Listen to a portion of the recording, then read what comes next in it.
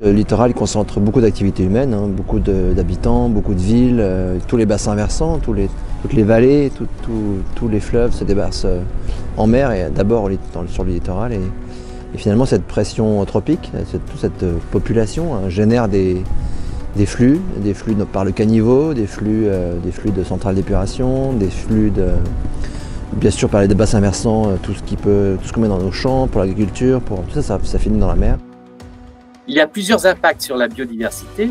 Un premier impact lié aux pollutions, hein, qui sont d'origine agricole. On pense par exemple au chlordécone en Guadeloupe ou à la Martinique. On pense aux nitrates en Bretagne, par exemple, hein, avec les algues vertes. Un second impact est lié à la pollution industrielle. Et puis l'autre impact, pareil, ce sont les pollutions urbaines.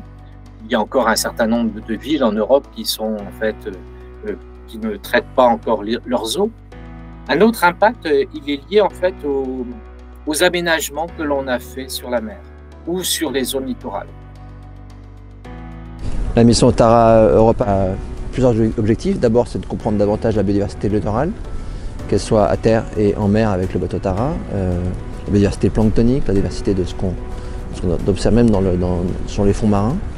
Et surtout comprendre aussi, mesurer la pression de pollution qu'on trouve sur le littoral. Du coup, un des protocoles qu'on fait sur Tara et qui est en lien donc, avec les activités humaines, c'est un protocole qui s'appelle Alien. Alors, c'est pas du tout en lien avec ce qui se trouve dans l'espace. C'est toutes les espèces qui vont être introduites dans nos côtes ou en l'occurrence dans les ports et qui vont devenir invasives, qui vont devenir envahissantes et qui vont prendre le pas sur d'autres espèces. Il faut savoir que dans les ports, il y a énormément de trafic maritime et de relargage des eaux de ballast. Et ça entraîne donc des transports également d'espèces qui ne devraient pas être là en fait. Et ça c'est important d'étudier ça parce que c'est une des 5 causes en fait, de la perte de la biodiversité dans le monde.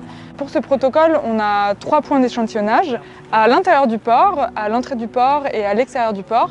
Comme ça on peut voir le gradient de propagation des espèces invasives.